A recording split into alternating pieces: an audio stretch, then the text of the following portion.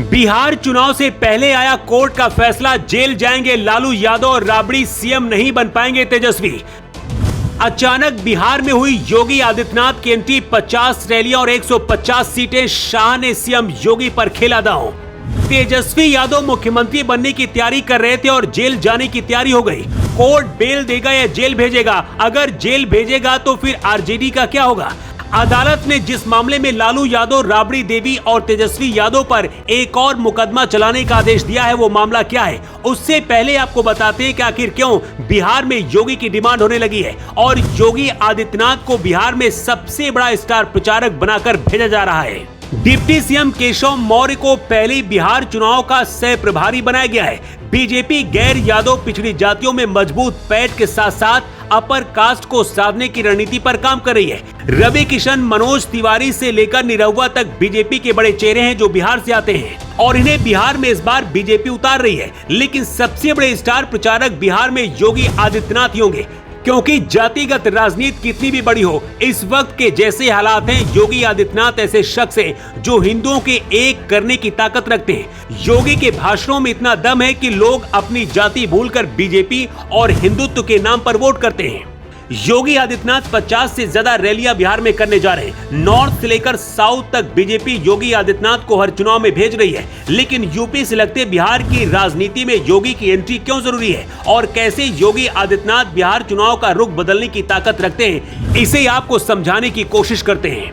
2020 में जब बिहार चुनाव हुआ था, उस वक्त योगी आदित्यनाथ को सीएम की कुर्सी पर बैठे हुए 3 साल हुए थे और उस दौरान योगी को बिहार की 18 सीटों पर प्रचार करने के लिए भेजा गया था, जिसमें से 12 सीटों पर बीजेपी को जीत मिली थी। इसका मतलब यह है कि योगी का स्ट्राइक रेट तब 67% था। पिछले साल चुनाव में हरियाणा में विधानसभा चुनाव हुआ था, वहां पर उनका स्ट्राइक रेट 64% से ज्यादा था, जबकि उसी के साथ महाराष्ट्र में चुनाव हुआ, जहां पर योगी का स्ट्राइक रेट करीब 95% से ज्यादा था। मतलब योगी ने जहां जहां जो कहा उस पर लोगों को विश्वास हुआ। बिहार की सबसे बड़ी समस्या लॉ एंड ऑर्डर है।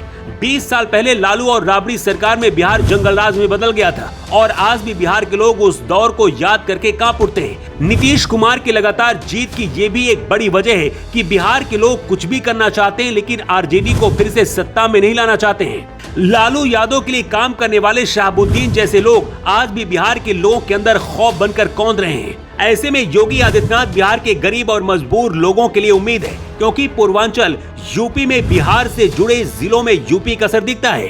प्रधानमंत्री नरेंद्र मोदी के बाद योगी आदित्यनाथ एनडीए के सबसे बड़े स्टार प्रचारक बिहार में होंगे। योगी आदित्यनाथ के अलावा यूपी के उप मुख्यमंत्री केशव प्रसाद मौर्य और कुर्मी जाति से आने वाले स्वतंत्र देव सिंह भी बिहार चुनाव के मैदान में उतरने वाले हैं।